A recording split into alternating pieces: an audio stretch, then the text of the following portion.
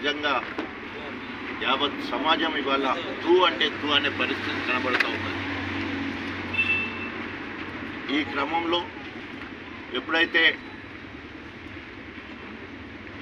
కడియం శ్రీహరి నమ్మక ద్రోహం చేసి తల్లి పాలు తాగుతూ రొమ్ము కోసేసే విధంగా ప్రవర్తించిన తర్వాత ప్రియతమ ఉద్యమ నేత తొలి ముఖ్యమంత్రి కేసీఆర్ గారు మరి నన్ను పిలవడం జరిగింది. ఆనాడు బాధతో రైతు సమితి చైర్మన్ పోయింది, ఎమ్మెల్సీ రాలేదు, ఎంపీ రాలేదు, కావ్యకిస్తుందని తెలిసి మానసిక శోభకు గురై ఆనాడు సింగిల్ సెంటెన్స్ తోటి నేను రాజీనామా చేసినని చెప్పేసి రాజీనామా లేఖ పంపడం జరిగింది. నిన్న స్వయంగా కేసీఆర్ గారు చెప్పింది, నువ్వు రాజీనామా చేస్తున్నావు కానీ ఆమోదించలేదు, నీవు పార్టీకి సేవ చేయాలి, గన్పూర్ నియోజకవర్గ ఇన్ఛార్జిగా ఉండి టీఆర్ఎస్ బలపరిచిన అభ్యర్థి సుధీర్ కుమార్ను గెలిపించాలని, గన్పూర్ నియోజకవర్గ ఇన్ఛార్జి బాధ్యతతో పాటు గన్పూర్ నియోజక కార్యకర్తలకు అండదండగా ఉండాలి. గత 3-4 నెలల నుండి పార్టీ రాయి గత్తరైనట్టు గుట్టకొక్కడు, చెట్టుకొక్కడు, రాయికొక్కడు, రప్పకొక్కడు అయినట్టు అయిపోయింది. మళ్ళా అందరిలో ధైర్యం నింపి, మనోనిబ్బరం నింపి, ఆత్మస్థైర్యంతో కార్యకర్తలందరికీ అండగా ఉండాలి. మళ్ళీ గన్పూర్లో టీఆర్ఎస్ పార్టీ పూర్వ వైభవం రావాలని చెప్పేసి వారు నిన్నే నాకు బాధ్యత ఇవ్వడం జరిగింది. తప్పకుండా ఒక్కొక్క రాయి తీసుకొచ్చి ఇల్లు కట్టుకుంటే దాన్ని కూలగొట్టి బయటికి వెళ్ళిన పరిస్థితి కనబడుతూ ఉంది. ఈరోజు కార్యకర్తలకు గత 3-4 నెలల నుండి సరి అయిన నాయకత్వం లేకపోతే చాలా బాధలు ఉన్నాం. సరే, ఏదేమైనా కూడా ఈరోజు ఎంపీ అభ్యర్థిగా సుధీర్ కుమార్ని గెలిపించాల్సిన బాధ్యత మా అందరిపై ఉంది. కడియం కావ్య ఇప్పటికే ఓడిపోయింది.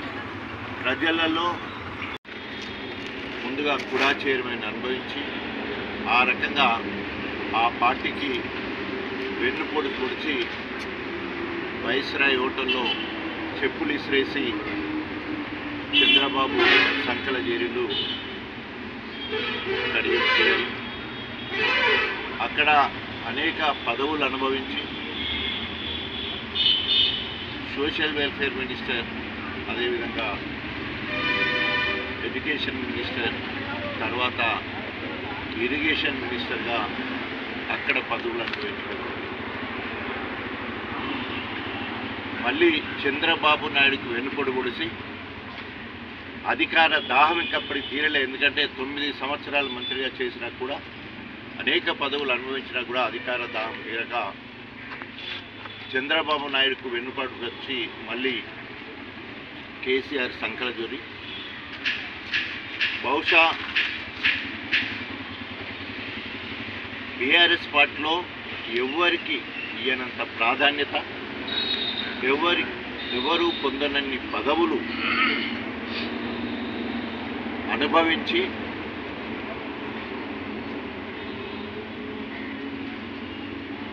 కేసీఆర్ గారిని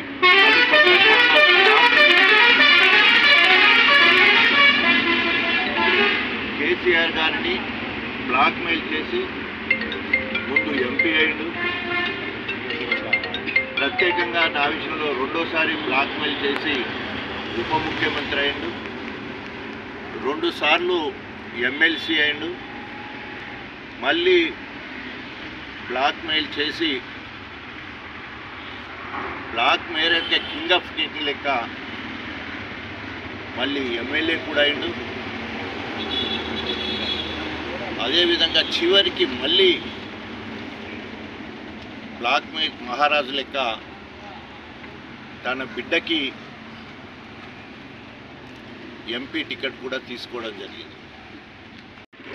ఆ అహంకారి ఈరోజు మరి పార్టీ మారి జెండా కప్పుకొని కాంగ్రెస్ పార్టీలో ఉన్నాడు. నైతికత గురించి మాట్లాడుతున్నావు.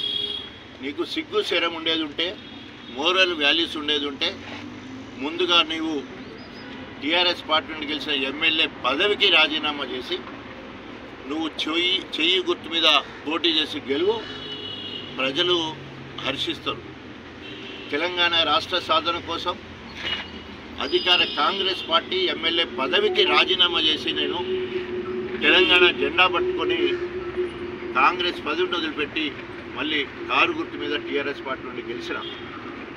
నీకు దమ్ము ధైర్యం ఉండేది ఉంటే వెంటనే నువ్వు రాజీనామా చేసి ప్రజల్లో నీకున్న పలుకుబడికి మళ్ళొకసారి ఆమోదం పొందు. ఇవాళ దేశం మొత్తం కూడా నీ స్వార్థపూరిత రాజకీయాలు, అధికార దాహము, ఎన్ని రకాల పదవులు ఒక్కసారి చూస్తే అటు టీడీపీ ప్రభుత్వంలో ఇటు బీఆర్ఎస్ ప్రభుత్వంలో ఆయన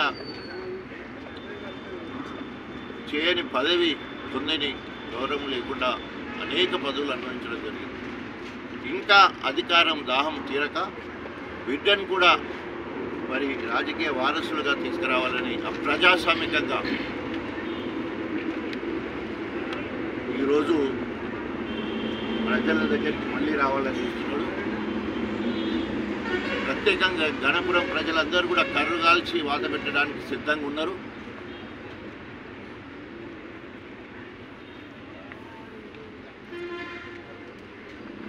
కేసీఆర్ గారు నాకు నియోజకవర్గ ఇన్ఛార్జి బాధ్యతలు అప్పచెప్పారు. ఇప్పటికే ఇక్కడ పల్ల రాజశేఖరరెడ్డి గారిని ఎప్పుడైతే కావ్య ఇక్కడ ఎంపీ అభ్యర్థి అన్నప్పుడు మరి ఇక్కడ ఎవరు కూడా లేకుండా అవుతారనే ఉద్దేశంలో పల్ల రాజశేఖరరెడ్డికి అప్పచెప్పడం జరిగింది.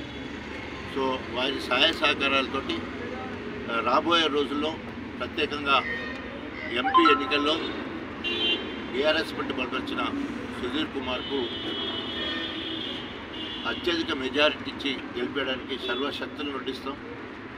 ప్రచారంలో ఎండను సైతం లెక్క చేయకుండా మళ్ళీ గణపురంలో పూర్వ వైభవాన్ని తీసుకురావడం కోసం సర్వశక్తులు ఒడ్డిస్తామని తెలియజేసుకుంటూ రేపు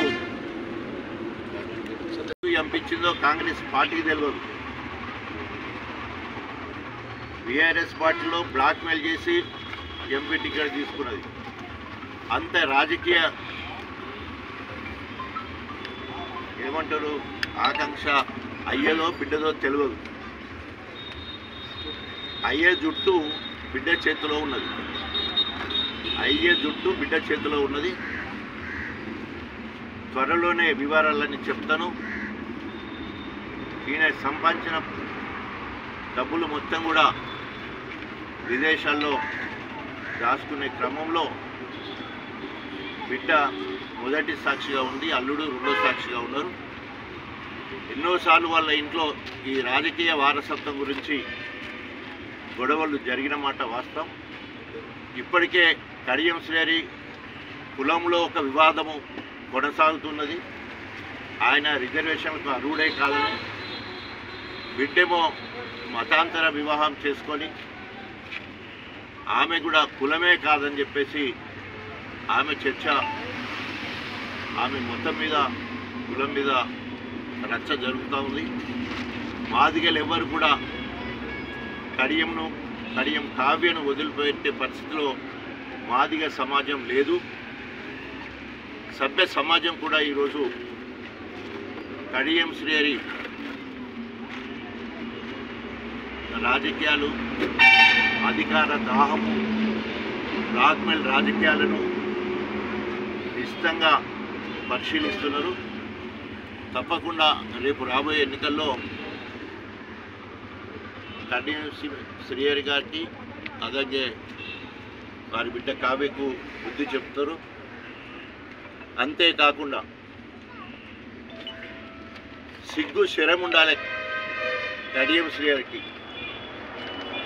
3 నెలల కిందనే మా టీఆర్ఎస్ శ్రేణులందరూ కూడా ఆయన ఎలాంటి సేవ చేయకున్నా కూడా కేసీఆర్ గారి ఆదేశం మేరకు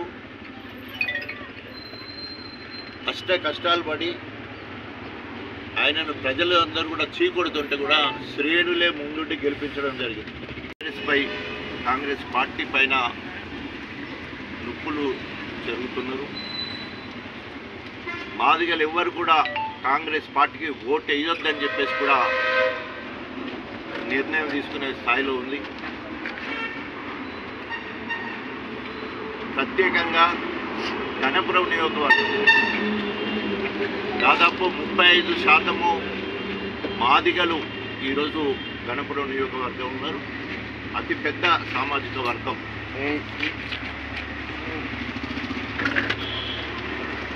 టీఆర్ఎస్ పార్టీ గణపురం నియోజకవర్గంలో బాగా ఉంది. తెలంగాణలో మొదటి 10 స్థానాలలో గణపూర్ ఉంది. స్వయంగా కడియం శ్రీగారు అన్న మాటే గణపూర్ నియోజకవర్గం బీఆర్ఎస్ పార్టీ బలంగా ఉంది. కడియం శ్రీగారి నువ్వు అక్కడ పోయి పోటీ చేయమని చెప్పిండని చెప్పేసి ఆయన నోటనే మాట్లాడడం జరిగింది. దాదాపు 13 ఏళ్ళు కష్టపడి ఇక్కడ ఒక్కొక్క రాయి పేర్చినట్టు పేర్చి ఇక్కడ బీఆర్ఎస్ పార్టీని బీఆర్ఎస్ కార్యకర్తలకు సైనికులు లెక్క పనిచేసి పార్టీని నిర్మించుకుంటే రాసిపోసిన కుప్ప మీద వచ్చి కూర్చున్నట్టు కడియం శ్రీగారు కూర్చున్నప్పుడు బ్లాక్మెయిల్ చేసి ఎమ్మెల్యే టికెట్ తెచ్చుకున్నప్పుడు ఆనాడు గణపురం నియోజకవర్గం మొత్తం కూడా శోక సముద్రంలో మునిగింది. ఆనాడు ఇదే అంబేద్కర్ సాక్షిగా బ్లాక్మెయిల్ రాజకీయాలు అంతం కావాలి, ప్రజాస్వామ్యం వర్ధిల్లాలి అనే ఉద్దేశంతో ఆనాడు అంబేద్కర్ గారికి పూలమాలలు సమర్పించి ఆ రోజు టికెట్ కడియం శ్రీగారికి ఇచ్చినందుకు నిరసన తెలియజేయడం జరిగింది. గణపురం నియోజకవర్గాన్ని గెలిపించాలి, జనగాంకు ఇన్ఛార్జిగా స్టార్ క్యాంపెయిన్గా మీరు ఉండాలని చెప్పినప్పుడు పార్టీకి విధేయుడిగా కేసీఆర్ గారి నాయకత్వాన్ని బలపరుస్తూ అభివక్త వరంగల్ జిల్లాలో గణపురం జనగాం రెండింటిని గెలిపించుకున్న ఘనత గణపూరు టీఆర్ఎస్ శ్రేణులే. సగం మంది ఇక్కడ పనిచేశారు, సగం మంది జనగాంలో పనిచేసి 2 ఎమ్మెల్యేని గెలిపించుకోవడం జరిగింది. గెలిపించిన తర్వాత అంతకుముందు మరి ఏదైతే రైతు సమితి చైర్మన్ ఏదైతే ఉందో అది ప్రభుత్వం రాకపోవడం వల్ల అది పోయింది. కేసీఆర్ గారు ఎంపీ ఇస్తామని చెప్పేసి ఆ ఎంపీ ఇచ్చే క్రమంలోనే మళ్ళీ కడియం శ్రీగారు గారు బ్లాక్మెయిల్ చేసి మీరు బిడ్డకి ఎంపీ ఇస్తే నేను పార్టీలో ఉంటా, లేకపోతే నాకు మంత్రి పదవి, నా బిడ్డకు ఎంపీ కాంగ్రెస్ ఇస్తారని నన్ను పిలుస్తున్నారు, నేను అక్కడికి పోతున్నా అని చెప్పేసి కడియం శ్రీగారు గారు కేసీఆర్ గారిని బ్లాక్మెయిల్ చేయడం జరిగింది. ఈరోజు కేసీఆర్ గారితో మీటింగ్ జరిగినప్పుడు చెప్తున్నాడు, నిస్సిగ్గుగా ఇప్పుడు నేను చెప్పిన ఏదైతే నాకు మంత్రి పదవి బిడ్డకు ఎంపీ ఇస్తారని కాంగ్రెస్ వాళ్ళు అంటున్నారు, అయినా నేను బీఆర్ఎస్ పార్టీలో ఉన్నాను, నాకు మరిన్ని పైసలు కావాలని చెప్పేసి డిమాండ్ చేసి కేటీఆర్ దగ్గర వసూలు చేసే ప్రయత్నం జరిగింది. ఆ రోజు సాయంత్రమే లెటర్ ఇక్కడ ఇచ్చి ఢిల్లీకి పోయిన సందర్భం. ఎంత నమ్మక ద్రోహమో, కడియం శ్రీగారు ఎంత నీచుడో, నికృష్టుడో, నమ్మక ద్రోహియో, చండాలుడో అర్థమవుతూ ఉన్నది. ఎస్సీలో ఒక బైండ్ల కులమేనా ఉంది? సామాజిక న్యాయం, మోరల్ వాల్యూస్, నైతికత గురించి ఎప్పుడూ మాట్లాడుతుంటాడు కడియం శ్రీగారు గారు. ఎమ్మెల్యే ఉండి ఎంపీ తీసుకొని పార్టీ ఫండ్ తీసుకొని ఆఖరికి పరిగెరినట్టు ఇతర నాయకుల దగ్గర కూడా పోయి డబ్బులు అడుక్కొని అవన్నీ మూటగట్టుకొని అటు సైడ్ మళ్ళీ బేరమాడి కాంగ్రెస్తో బేరమాడి నిజంగా భారతదేశంలో ఏ వ్యక్తి చేయనంత బ్లాక్మెయిల్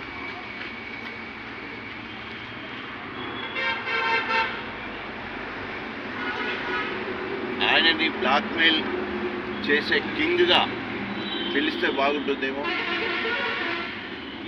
ఆఖరికి 600 జనాభా 429 ఓట్లు తెలంగాణ మొత్తంలో.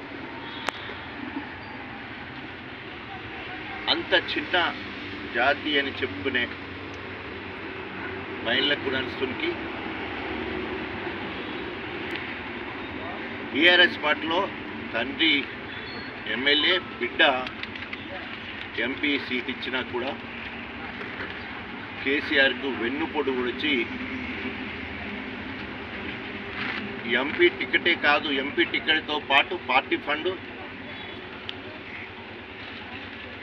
ఫండ్ పెద్ద సారిస్తే చిన్న ఫండ్ ఇవ్వాలని చెప్పేసి కేటీఆర్ దగ్గరికి పోయి కూడా నమ్మబలికి 24 గంటల ముందు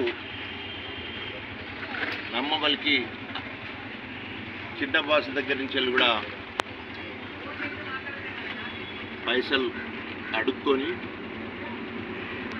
మరి పోతూ ఏమాత్రము టీఆర్ఎస్ పార్టీకి పైసా పని చేయని కావ్య వాళ్ళు ఆరోపణలు చేసి బయటికి వెళ్ళడం జరిగింది. మనిషే తెలియని కావ్యకు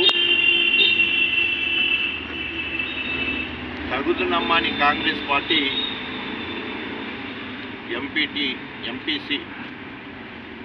ఎంపీ సీట్ ఇవ్వడము సిగ్గుచేటు.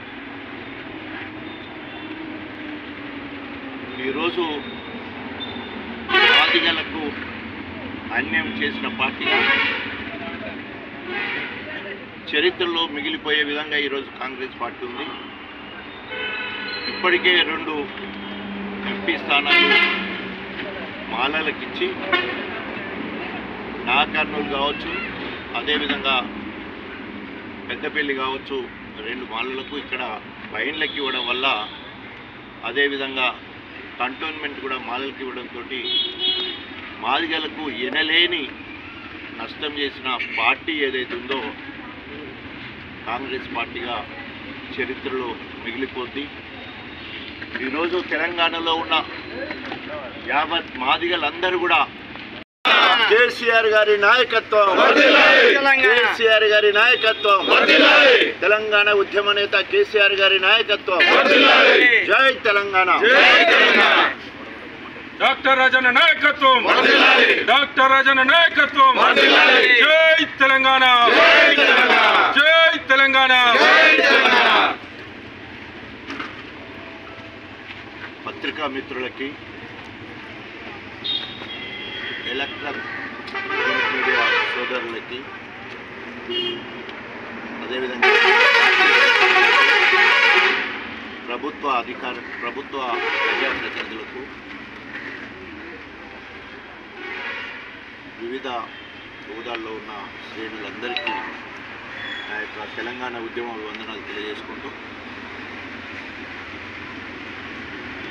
స్టేషన్ గన్పూర్ నియోజకవర్గానికి పట్టిన పీడ కడియం శ్రేణి రూపంలో తెలంగాణ ద్రోహి టీఆర్ఎస్ పార్టీకి, అధినాయకుడు కేసీఆర్ గారికి వెన్నుపోటు పొడిచి అవకాశవాద రాజకీయాలు చేస్తూ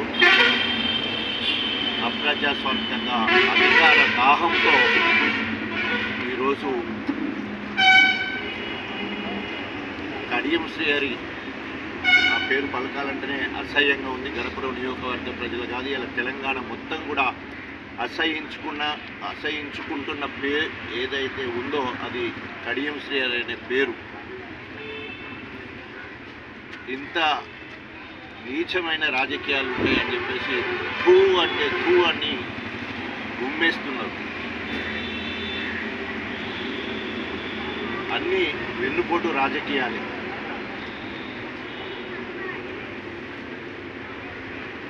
ఆయన రాజకీయ